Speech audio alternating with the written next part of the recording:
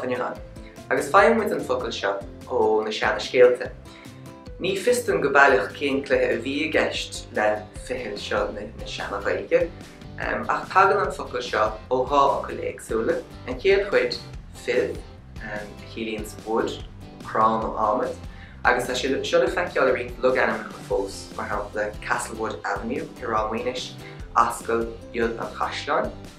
Agus an dara chuid den ocail sé sin ceiliúradh, so fid, ceiliúradh, Ficheall, agus ceiliúradh dtíigid sé féinceas buile sin.